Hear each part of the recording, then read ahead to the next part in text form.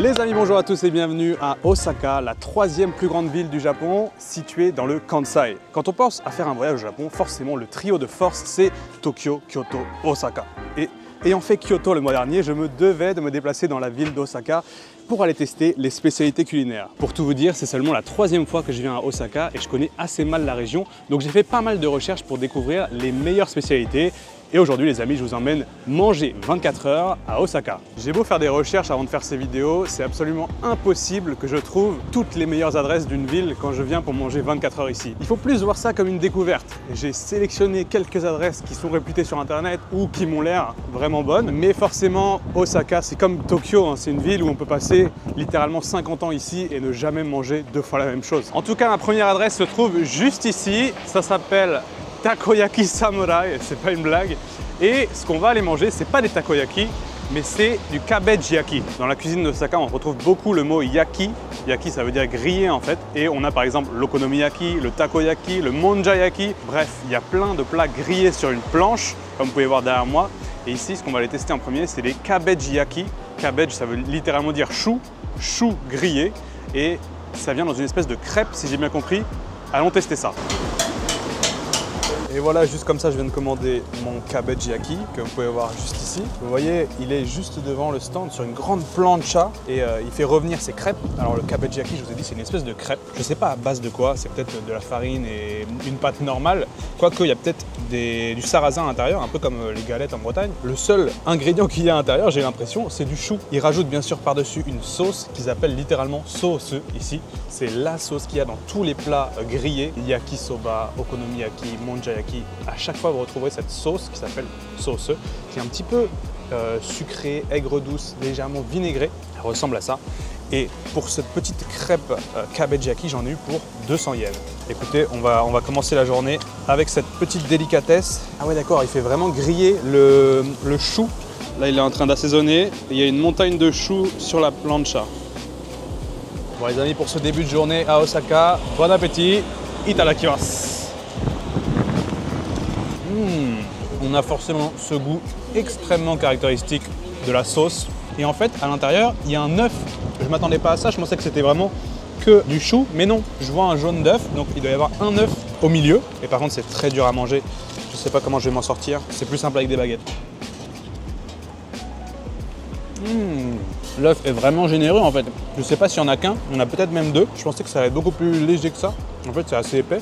On a le chou qui arrive par-dessus, qui rajoute un peu de croquant. J'ai l'impression qu'il y a le fameux daikon vinaigré, c'est-à-dire le radis blanc japonais, avec une petite marinade. 200 yens. C'est un truc aussi, à Osaka, vous allez voir, les prix sont bien moins élevés qu'à Tokyo, par un facteur de 50%. Hein. Écoutez, première adresse express est déjà validée. J'adore Osaka, il y a vraiment des super spots partout dans la ville. Ça, je crois que c'est l'un des plus gros Don Quijote du Japon.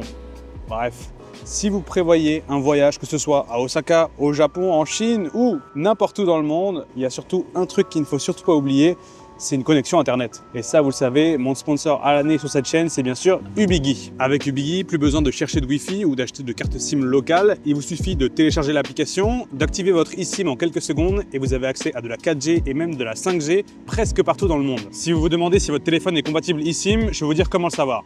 En général, tous les smartphones créés à partir de 2020 intègrent une eSIM à l'intérieur.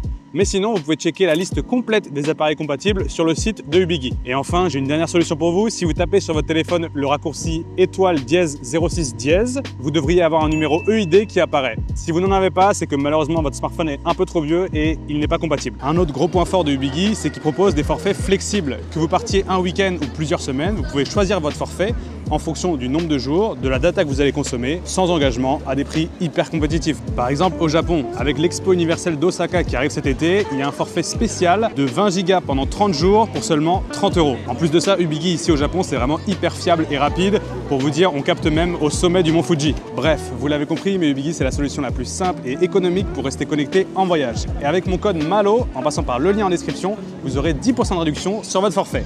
Un grand merci à Ubigi pour leur soutien, comme d'habitude. C'est eux qui me permettent de voyager comme ça dans tout le Japon et qui permettent la production de ce genre de voyage. Allez, nous, on est reparti pour manger à Osaka. On enchaîne, je me trouve maintenant à Kuromon Ichiba, le marché de la Porte Noire en français. Et je tombe ici un peu par hasard, j'avais noté un restaurant, mais je ne savais même pas que c'était un marché. Et là je vois qu'il y a de la street food, il y a des gyoza, il y a des yakitori. Waouh! Le guide Michelin? Comment ça, le guide Michelin? Attends. Je tombe par hasard là-dessus, mais quand je vois le guide Michelin, moi, je suis obligé de m'arrêter. Ça doit être recommandé dans le guide Michelin, mais ça veut pas dire qu'ils ont une étoile forcément. Mais là, moi, je vois les gyoza. Arigatou gozaimasu. C'est un petit peu impromptu, comme on dit. J'étais pas venu là pour ça, mais quand j'ai vu ces gyoza, je me suis dit, allez, on les teste. Bon alors les gyoza, qu'est-ce que c'est? Ce sont tout simplement les raviolis japonais. On en trouve un peu dans toute la cuisine asiatique, hein, les raviolis comme ça. Sauf que en Chine, ils sont cuits à la vapeur. Et au Japon, ils sont d'abord cuits à la vapeur, puis passés sur le grill pour leur donner ce côté croustillant sur le dessous. Et la farce, en général, à l'intérieur, c'est de la viande de porc avec des oignons, des petits légumes. Ça dépend le restaurant, mais en général, c'est ça. Les amis, bon appétit. Itadakimasu. Oh, assez original. La farce a un goût assez prononcé. Je pense que la partie du porc qu'ils mettent à l'intérieur, c'est peut-être des intestins ou des abats. Pas que, mais vous savez, cette partie du porc qui a vraiment un goût fort. D'habitude, je suis pas fan, mais là, comme il y en a vraiment juste un petit peu, ça aromatise juste le gyoza et c'est pas trop dérangeant. D'un côté, il y a un petit peu de chou aussi à l'intérieur et surtout, la partie grillée est très croustillante. Je pense que vous pouvez l'entendre. C'est pas mauvais. C'est vraiment différent des gyoza dont j'ai l'habitude parce que le goût est plus fort. Mais on sent que la pâte est vraiment maîtrisée. Vous avez un côté qui est moelleux et très léger et l'autre qui est bien grillé. Par contre, vous voyez, c'est huileux. Hein. Un peu cher. 1000 yens les 5 gyoza. On sent que c'est un petit peu axé pour les touristes quand même. Kuromon Burger Makotoya. C'est ici que je voulais vous emmener. Oui, c'est un restaurant de burgers, mais attendez, je ne vais pas manger un burger. Ici, il se trouve qu'ils font les pâtisseries iconiques japonaises, les taiyaki, vous savez, les petites gaufres en forme de poisson. En général, c'est de la pâte d'haricots rouges à l'intérieur, mais ici, ils en ont un goût burger. Je ne sais pas ce que ça veut dire un taiyaki goût burger, mais quand j'ai vu ça, je me suis dit qu'il fallait que j'essaye. Donc allez, on va s'en prendre un et on va voir si ça vaut vraiment le coup. Bon alors, dans mon taiyaki burger, il y a marqué que c'est 100% pur bœuf avec du fromage cheddar. Et là, je la vois en train de faire. Elle l'a fait minute parce que, à mon avis, elle n'en avait pas de près derrière. Je ne sais pas si c'est leur menu le plus populaire, mais c'est le numéro 2 hein, sur le menu. Et du coup, ça va vraiment être un burger de taiyaki. Mais c'est une idée de génie.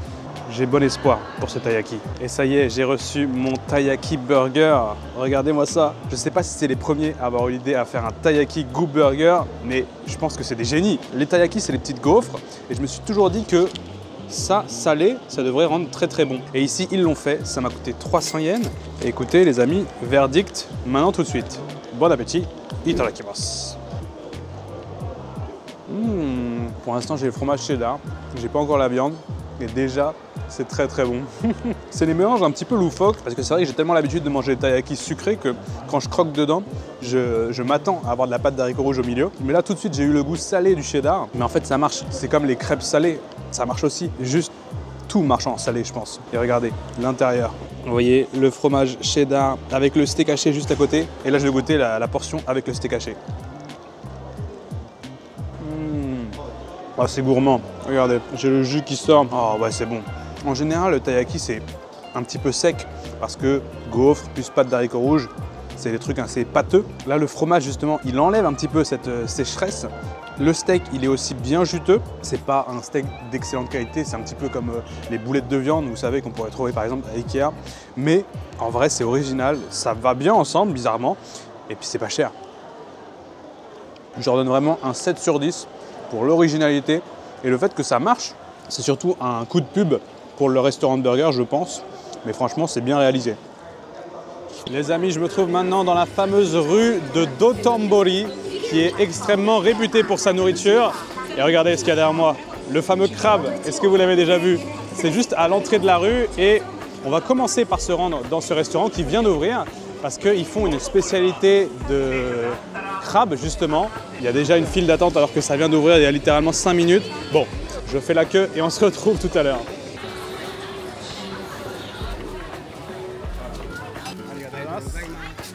Les amis, ça y est, je viens de recevoir mon Kaniman qui est ce fameux bun à base de crabe. Enfin, le crabe est à l'intérieur. Et j'ai fait la queue dans ce restaurant mythique. C'est celui avec le fameux crabe. Il est vraiment très joli. Et voilà à quoi ça ressemble.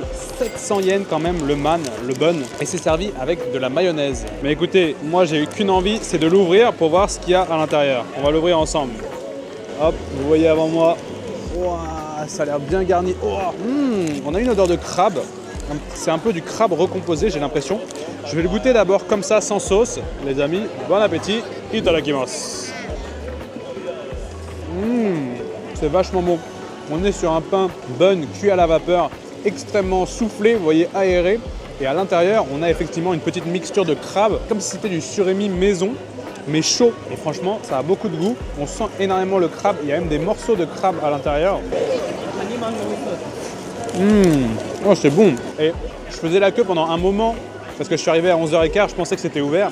En fait non, ça ouvrait à 11h30 et une fois ouvert, ça débite, ça va très très vite parce qu'ils sont déjà prêts les bonnes et ils les enchaînent. On va goûter maintenant avec la mayonnaise qu'ils m'ont mis avec. J'ai le petit paquet de mayonnaise. On va venir mettre ça sur mon man. Hop là, un peu là. Et regardez si c'est pas gourmand ça avec la mayo. Oh, ça prend une toute autre dimension. Forcément le crabe, ça se marie tellement bien avec la mayonnaise et là ça fait pas exception. Le petit côté très légèrement acide, gras, œuf, mayo, c'est imbattable. Ça c'est vraiment délicieux et même s'il y a la queue, je vous recommande vivement d'essayer ça. La queue va très très vite et même si c'est 700 yens, ça vaut le coup. En plus, ça c'est assez rare au Japon, mais il y a des poubelles un peu partout dans cette rue. Ils savent que c'est une rue où il y a beaucoup de street food et donc c'est très apprécié. On peut directement jeter les papiers à la poubelle. Bon, il se met à pleuvoir, j'ai jamais de chance moi sur cette vidéo, mais c'est pas grave. On va se réfugier dans un petit café, tiens. Hand drip. Allez, c'est parti. Écoutez, dans ces vidéos, j'aime bien faire des recherches, mais j'aime bien aussi me laisser porter. Hi, hitori desu. Et quand je trouve quelque chose qui me donne envie, je rentre. Là, j'avais pas prévu de m'arrêter dans ce café, mais écoutez, on va se faire un petit café. Bon, j'ai pris la recommandation du chef, un petit café de la maison, on va dire. Et il me faut un peu de caféine là pour repartir. Ah, déjà ce matin, on a eu que des petits snacks par-ci par-là, mais à chaque fois, c'était des belles réussites. Là, je me régale. Osaka, c'est une ville que j'ai pas beaucoup visitée, comme je vous disais. Et là, depuis que je suis arrivé hier soir, j'adore. Vraiment l'ambiance, les gens. Comparé à Tokyo, j'avais entendu dire que les gens d'Osaka étaient un petit peu plus ouverts, un peu plus souriants et ils engageaient plus facilement la conversation. Je peux vous dire que c'est vrai. J'ai déjà eu plusieurs interactions avec des locaux et ils sont toujours de bonne humeur et très souriants. Ça fait plaisir. Comparé à Kyoto, c'est une ville qui est également très touristique, mais comme c'est beaucoup plus grand, la ville est capable d'absorber beaucoup plus les touristes et ça se ressent moins.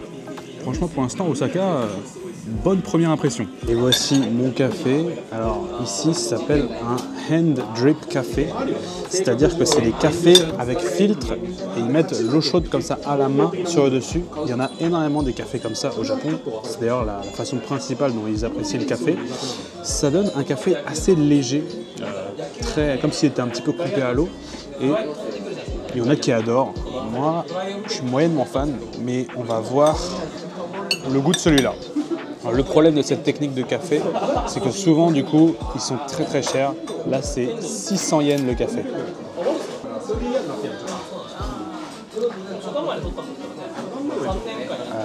C'est vraiment le café que j'aime pas. On dirait littéralement de l'eau chaude. C'est pas mauvais, mais ça vaut pas les 600 yens. Bon, on quitte ce café beaucoup trop cher pour ce que c'est et on va aller goûter quelque chose de meilleur, j'espère. Il pleut toujours par contre. Ah, la rue elle est trop jolie. Regardez ça, les gyoza d'Osaka. Waouh, mais là aussi, il y a un thon, il y a un mec qui est là. Pour quelqu'un qui adore la nourriture japonaise comme moi, je pense que c'est une des rues avec les plus belles décorations de tout le Japon. Les gyoza géants derrière moi. Si j'en avais pas mangé tout à l'heure, je me serais peut-être refait quelques morceaux. Il y a des poulpes, il y a des oiseaux, il y a des trucs dorés. Il y a des sushis là-bas au bout, des crabes, des personnages, des takoyaki. J'étais déjà venu dans cette rue lors de mon premier voyage au Japon en 2016. Mais ça m'avait pas marqué autant. C'est vraiment une très très belle rue. Bon. On est à Osaka, c'est pas très loin de la ville de Kobe, ville qui est réputée, vous le savez, pour son bœuf. Et du coup, c'est l'occasion. Il paraît qu'à Osaka, c'est même mieux de manger le bœuf de Kobe ici parce que c'est un peu moins cher que dans la ville de Kobe elle-même. Et il se trouve que dans cette rue se trouve un restaurant qui fait du bœuf de Kobe. mais sous une façon un petit peu particulière. On va voir déjà si c'est ouvert. Est-ce que ce serait pas ça par hasard? Je check mon téléphone. Connexion avec Ubigi, bien entendu. C'est le prochain. Oh, regardez le dragon là. C'est le resto de ramen qui a un dragon comme ça. Et là, il y a une autre rue avec un marché. Là, il y a un izakaya trop stylé. Cette rue est beaucoup trop stylée. Je le redis, hein, mais c'est peut-être l'une des plus belles rues du Japon. Voilà, on y arrive. Pourquoi il y a un Spider-Man, je ne sais pas. Alors, je peux déjà vous dire que ces morceaux de bœuf de Kobe se méritent. Je vous disais tout à l'heure que c'est un petit peu moins cher qu'à Kobe. Je ne pense pas dans ce restaurant. Les prix sont hallucinants. Vous allez voir. J'ai pris un truc bien particulier pour manger ce bœuf de Kobe. Ça devrait arriver d'ici peu.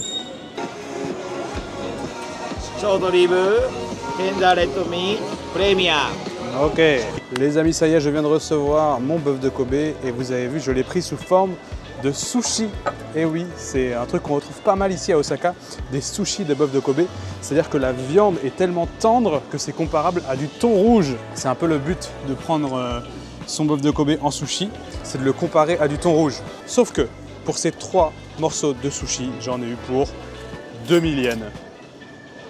Oui, vous ne rêvez pas, j'ai bien payé 2000 yens pour 3 sushis. Et attention, le plat sur le menu qui coûte le plus cher, c'est un steak de bœuf Wagyu A5 Premium, 80 grammes, attention tenez-vous bien, pour 20 000 yens.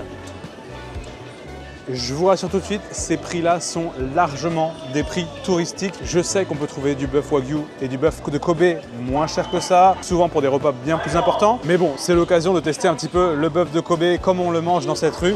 Donc les amis, je vous ai dit que j'avais 3 sushis et ces 3 sushis, des parties du bœuf différentes, du moins gras au plus gras. Normalement, ça, c'est la partie la plus chère et la plus tendre. À première vue, comme ça, on dirait 90% de gras. Je ne sais même pas si ça va être bon. Vous savez, la particularité du bœuf du Kobe et du bœuf Wagyu en général, c'est que c'est un bœuf très très gras, donc très tendre. Ça peut être écœurant, ça dépend en quelle partie du bœuf. Écoutez, on va commencer par la partie qui m'a l'air un petit peu moins grasse. Vous avez vu, le chef a flambé les sushis devant moi pour légèrement cuire le bœuf, mais il est quasiment cru, hein. C'est presque du tartare de bœuf. Allez, trêve de blabla, on va manger ces sushis au bœuf de Kobe. Les amis, bon appétit, itadakimasu. Je commence par celui le moins gras et qui sera peut-être le meilleur.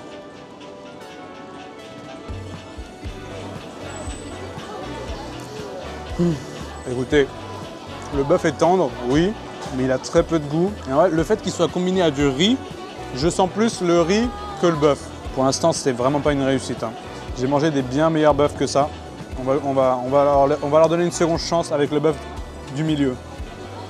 Il est plus joli celui-là quand même. Regardez, il est bien rosé sur les côtés, grillé sur le dessus. Voyons voir si ça va rattraper.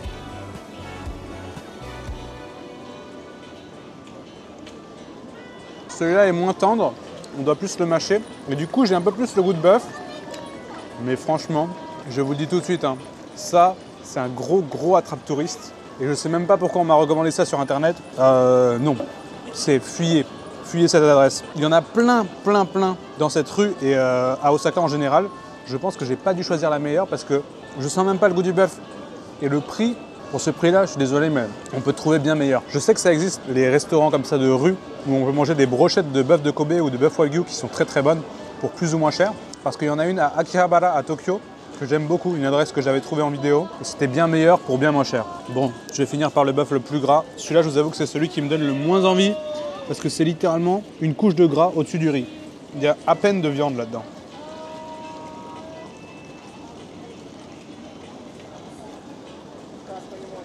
Ok. En fait, celui-là, c'était le moins bon. C'est même pas de la viande. Je fais très rarement ça dans mes vidéos, mais je recrache. C'est aucun intérêt. Mais si vous voulez une définition de attrape-touriste, ça, c'en est une belle. C'est fou que même en faisant des recherches sur Internet, je tombe sur des trucs comme ça, alors que c'est des restaurants qui sont recommandés par des gens que je suis ou que je trouve sur Internet, qui sont normalement des passionnés, qui aiment la nourriture. Je crois que celui-là m'avait été recommandé par une chaîne japonaise en plus, hein. Enfin une chaîne YouTube en japonais. Mais voilà, comme quoi, quand je fais ce genre de vidéos et que je vais dans des villes que je ne connais pas, des fois je suis obligé de tomber sur des fausses notes. Mais ça vous prouve aussi que je ne dis pas que c'est excellent pour tout et n'importe quoi. Quand c'est pas bon, je le dis, et ça, fuyez. Les amis, je suis maintenant à la gare d'Osaka et je vais aller me rendre dans un souterrain qui est très sympa parce qu'il y a plein de petits restaurants à l'ancienne. Et là-bas, j'ai trouvé justement une spécialité d'Osaka qu'on ne peut pas louper. Je vous retrouve devant. Waouh, il y a tellement la foule et je me suis perdu, mais ça y est, c'est un véritable labyrinthe cette gare. Et j'ai enfin trouvé les petites rues au sous-sol où il y a tous les restaurants. Ça y est, j'y suis. J'adore l'ambiance. On est vraiment dans des petites rues avec plein de restaurants. Et celui que je voulais tester était ici. Malheureusement, il est fermé. Ah! C'était ça que je voulais tester. Ici, on avait le plus petit restaurant de takoyaki d'Osaka. Mais malheureusement, il a l'air d'être fermé aujourd'hui. J'ai le seum. Bon, j'irai tester les takoyaki tout à l'heure. Mais il y a une autre spécialité d'Osaka que j'ai toujours pas goûté et que je trouve particulièrement bonne. J'espère que ça va être ouvert cette fois-ci. Ce sont les kushikatsu. Je vous montre ce que c'est. Normalement, il y en a un au bout de la rue là. Mais je suis perdu encore. Ah non, c'est là. C'est là. Voilà, c'est ça les kushikatsu. Ce sont des brochettes frites et on peut frire absolument tout et n'importe quoi. Je vous ai déjà montré ça une fois dans une vidéo, mais j'étais allé dans un restaurant un peu, une chaîne. Et là, on a un vrai restaurant typique d'Osaka. On va goûter ça. Je suis dans un vieux restaurant à l'ancienne. Tu sens qu'il n'a pas bougé depuis les années 60. On m'apporte un menu en anglais, donc que je puisse commander. Osusume wa nan deshou ka? Kore to tamanegi. Chotto dake shaberemasu. Regardez le menu là. Tout est écrit en japonais à l'ancienne. Ah là, il est en train de faire là-bas. On le voit en train de faire les brochettes. Il les met dans sa pâte, ensuite dans la chapelure et enfin dans la friteuse. Il y a un mec qui est en train de fumer à côté de moi. Ça, c'est vraiment un restaurant à l'ancienne, quoi. Je savais même pas qu'il y avait encore le droit de fumer dans les restaurants. Apparemment, oui. Et il fume une vraie clope, hein. C'est pas juste une vapoteuse.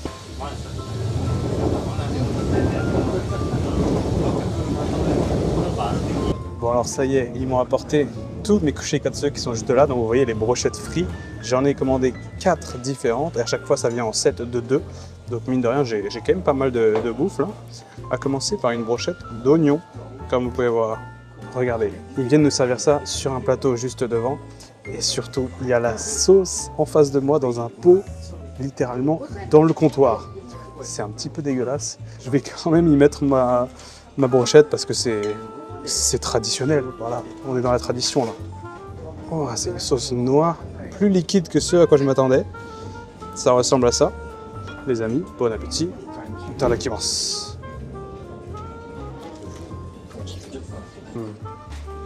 Quel bonheur. C'est vraiment très bon comme spécialité. Là, on a tout simplement un oignon frais, tout ce qu'il y a de plus simple à l'intérieur. Mais ce qui est bon, c'est la panure et la friture en fait qu'ils utilisent. C'est chaud, c'est bon, ça vient d'être fait. Et l'ambiance est juste géniale. En fait, ils font une petite chapelure extrêmement fine. Ils ajoutent avec ça un petit peu de farine, j'ai l'impression. Mais je crois pas qu'il y ait d'œuf dans la panure. Sinon, la sauce, ça m'a l'air d'être une sauce soja, un petit peu épaisse. À côté de ça, ils m'ont servi une toute petite assiette de choux qui se mange à la main, j'imagine. On enchaîne avec le kushikatsu à la crevette. Celui-là, il a l'air vraiment bon. C'est le classique. Ça, c'est différent des tempura. La friture n'a rien à voir. La friture de tempura, c'est quelque chose de très croustillant et très aéré. Ça, c'est un petit peu de la panure. Vous voyez qu'il n'y a pas forcément ça dans les tempura. Pour revenir sur la différence avec le tempura, les kushikatsu, c'est plus gras. On est sur une panure un peu plus épaisse, moins croustillante. Là, c'est plus... on joue sur le goût. Un autre classique dans les kushikatsu, ce sont les œufs de caille frits. Ça donne ça du coup. Et pareil, hein, on va ajouter la petite sauce, tremper ça dans la sauce, donne une petite couleur un petit peu brune comme ça. Et bon appétit. C'est délicieux. J'adore les œufs de caille en plus. Celui-là, il est bien cuit, il reste un peu fondant à l'intérieur. Franchement, il n'y a rien à dire. Une très bonne adresse. Oui, c'est une spécialité qui est vachement grasse, c'est de la friture, mais les ingrédients qui sont à l'intérieur, c'est frais, c'est pas forcément trop gras. Vous voyez, si vous prenez de l'oignon, la crevette, des œufs. Donc ça reste, on trouve un certain équilibre. Et en général, on ne mange pas énormément de brochette.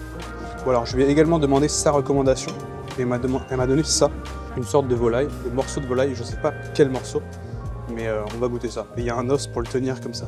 Il n'y a pas de brochette cette fois-ci, c'est vraiment sur l'os directement.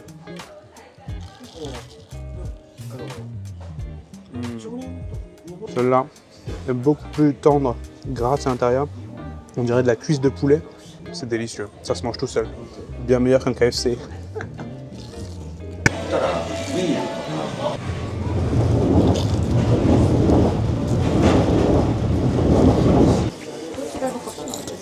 Franceから来ました。フランス。東京に住んでます。そうなんです。そうそう。大阪は初めてです。楽しみ。1500。少しだけ習った。あ、そっか。Bonjour. Bonjour. Ah. Je m'appelle José. Oh, 上手、上手。530ですか？1530。難しいよね、フランス語。フランス語は男性名詞と女性名詞。そうですね。そうそうそう。難しいですよね。はい、美味しかったです。ありがとうございます。ごちそうさまでした。はい。Au revoir. Au revoir. Trop sympa. Bon, les kushikatsu, c'est validé. Spécialité originaire de Osaka et on en trouve un petit peu partout dans la ville, mais quand on peut trouver un truc un peu traditionnel comme ça, c'est vraiment délicieux. J'en ai eu en tout pour 1530 yens pour un bon repas ou on va dire un encas parce que j'aurais pu en commander plus, mais bon, je commence à beaucoup manger là dans cette vidéo et c'est pas fini, il me reste encore 2 ou 3 spécialités à aller tester.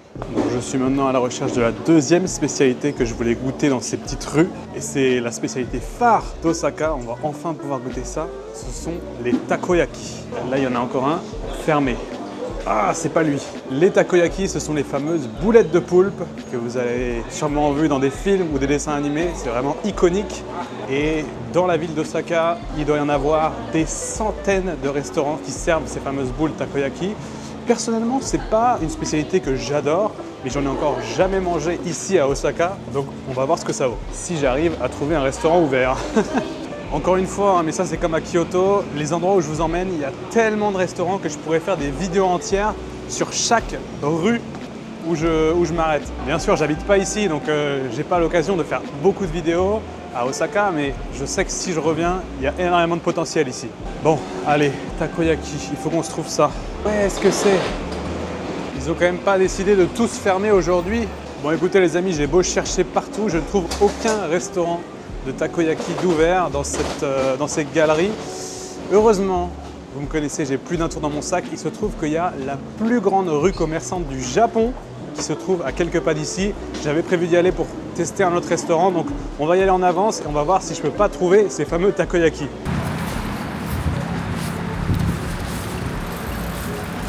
Tenjin Bashisuji Shotengai est la rue commerçante la plus longue du Japon, presque 2,3 km de long. C'est absolument énorme, des milliers de magasins dans cette rue et on y trouve absolument tout, des magasins de lunettes, de vêtements, de pâtisseries, des magasins de papeterie, tout ce que vous voulez et bien évidemment de la nourriture.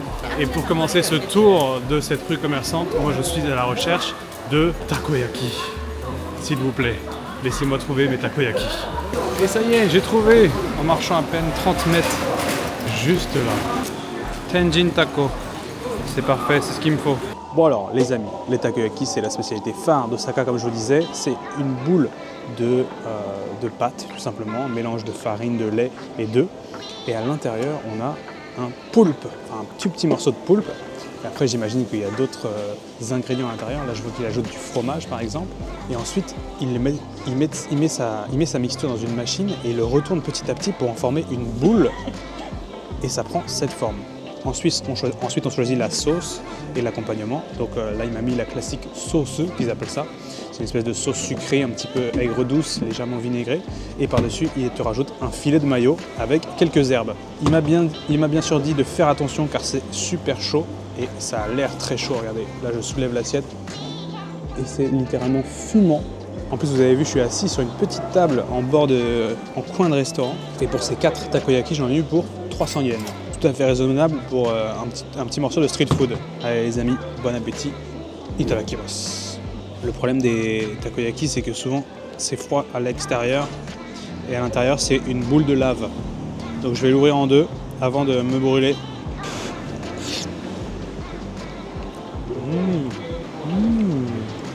Oh, c'est délicieux. Des saveurs que j'ai jamais retrouvées dans un takoyaki. Il y a un petit peu de yuzu, j'ai l'impression, de citron japonais. J'ai des petites pointes d'agrumes et à l'intérieur, j'ai l'impression qu'il rajoute un peu de daikon mariné. Vous savez, c'est le radis blanc. Il le marine dans du vinaigre, ça lui donne un goût très particulier. Et là, il est excellent. Wow. C'est bien assaisonné, on sent le sel, la sauce qui vient apporter justement ce côté un petit peu assaisonné. La mayonnaise par-dessus qui rajoute un petit coup de gras. C'est la mayonnaise japonaise qui est délicieuse. Et franchement, je sais que là, dans cette vidéo, j'ai fait tellement de découvertes, mais ça, c'est le meilleur takoyaki que j'ai mangé au Japon. Bon, vous me direz, c'est normal, je suis à Osaka. Mais là, avoir ça en street food, à cette heure-là de l'après-midi, juste se faire un petit snack de takoyaki, 300 yens, et c'est absolument délicieux. Ce qui est fou, c'est que de base, j'ai jamais été fan des takoyaki, parce que je suis pas fan de poulpe, mais là, il est juste au cœur. Je vous ai même pas parlé du poulpe en fait. Il y a un tout petit morceau de poulpe au cœur. Il est bien fondant, il n'est pas du tout caoutchouteux. Donc en fait, il rajoute juste un tout petit peu de protéines à l'intérieur du takoyaki. Et ce que je trouve fou, c'est que, comme je vous disais, takoyaki, c'est un truc que j'aime pas de base. Mais ça va peut-être réussir à me faire aimer les takoyaki. Wow. C'est exactement pour ça que je voyage. Pour faire des découvertes qui me changent mes avis sur des plats. Voilà. Et c'est pour ça que venir à Osaka pour goûter les takoyaki, c'est bien meilleur que de les goûter depuis Tokyo, par exemple. Waouh, j'ai même pas les mots pour décrire ce petit stand de takoyaki divin, délicieux, délicat, bouleversant, c'est le cas de le dire. Ça a bouleversé mes préjugés sur les takoyaki. Je pensais que c'était pas si bon que ça et en fait c'est incroyable. Révélation, ça y est, j'aime les takoyaki juste après cette expérience et adresse de fou. Je la note.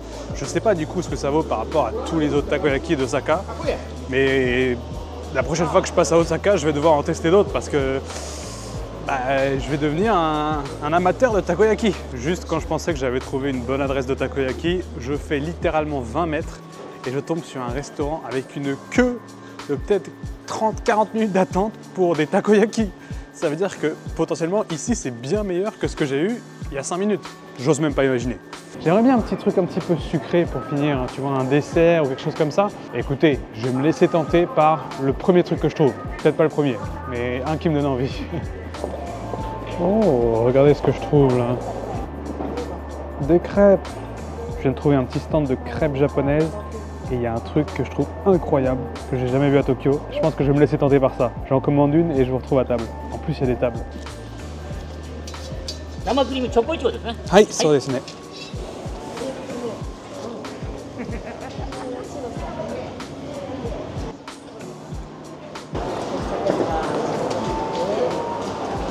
Bon les amis, je viens de commander mon dessert. J'ai pris une crêpe à la chantilly, fraise et chocolat. Et je suis encore une fois sur une table, sur le petit stand de crêpes qu'il y a juste dans un angle de la rue. J'adore cette rue, hein. Franchement c'est un bonheur de manger de la street food ici.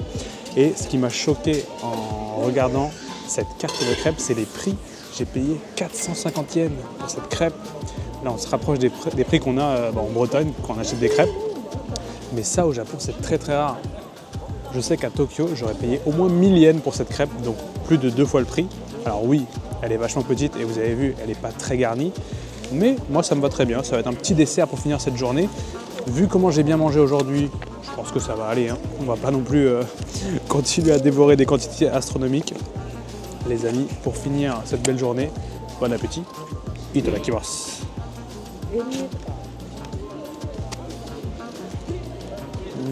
Ça fait longtemps que j'avais pas mangé une crêpe et ça m'avait manqué. Cette texture parfaite de la crêpe. Alors les crêpes au Japon sont vraiment différentes de celles qu'on a en France. Déjà elles sont pas du tout sucrées. C'est pour ça qu'ils mettent beaucoup de trucs à l'intérieur. Là vous avez vu la chantilly, le chocolat, les fraises. Mais du coup ça va très très bien ensemble. C'est des crêpes garnies qui sont vraiment vraiment bonnes. Et celle-là il n'y a pas de souci, hein. Vous voyez aussi la cuisson de la crêpe. Elle est à peine cuite. Elle reste presque blanche. Ça fait que la texture est encore un petit peu rebondissante, moelleuse à l'intérieur, au milieu. Bah, ça marche bien, hein, franchement, moi j'aime beaucoup cette crêpe. La petite touche parfaite pour finir cette journée. Attends, mais c'est trop drôle ça. Encore une fois, un truc que j'ai jamais vu ailleurs. Littéralement, sur la table, il y a marqué « Vous voulez boire quelque chose ?» Il y a un distributeur juste à côté, ça vous coûte 100 yens la boisson. Il aurait pu vendre ses propres boissons, mais non. Il dit « Il y a un distributeur à côté, va te servir. » C'est génial. J'ai pas eu de chance ces dernières 24 heures avec la pluie. Il pleut encore à Osaka. Mais écoutez, on est sur une fin de vidéo et qu'est-ce que j'ai aimé cette ville. Franchement, je crois que je suis tombé amoureux d'Osaka. Ça fait que 24 heures que je suis là et j'adore la nourriture, les gens, l'ambiance, les centaines de trucs à découvrir. Je ne savais pas que Osaka était une aussi grosse ville. Quand on compare à Kyoto où j'étais le mois dernier, c'est vraiment 10 fois plus grand. Donc d'un point de vue touriste, on les ressent moins et d'un point de vue trucs à faire et adresses à tester, il y en a encore plus. Bref, Osaka, c'était une vraie réussite. J'aurais presque eu envie de rester un jour de plus. Là, ces dernières 24 heures sont passées trop vite. Mais comme d'habitude, je me suis régalé. J'espère que vous avez apprécié cette vidéo. Je remercie Ubigui de l'avoir sponsorisé et de me suivre partout dans mes voyages, que ce soit au Japon ou dans le monde entier. Si vous prévoyez un voyage et que vous avez besoin de 4G sur votre téléphone, n'hésitez pas à cliquer sur le lien en description. En tout cas, les amis, c'est tout pour moi aujourd'hui. Merci d'avoir regardé la vidéo jusqu'au bout. Je vous dis à la semaine prochaine pour une autre vidéo dégustation. D'ici là, portez-vous bien et ciao!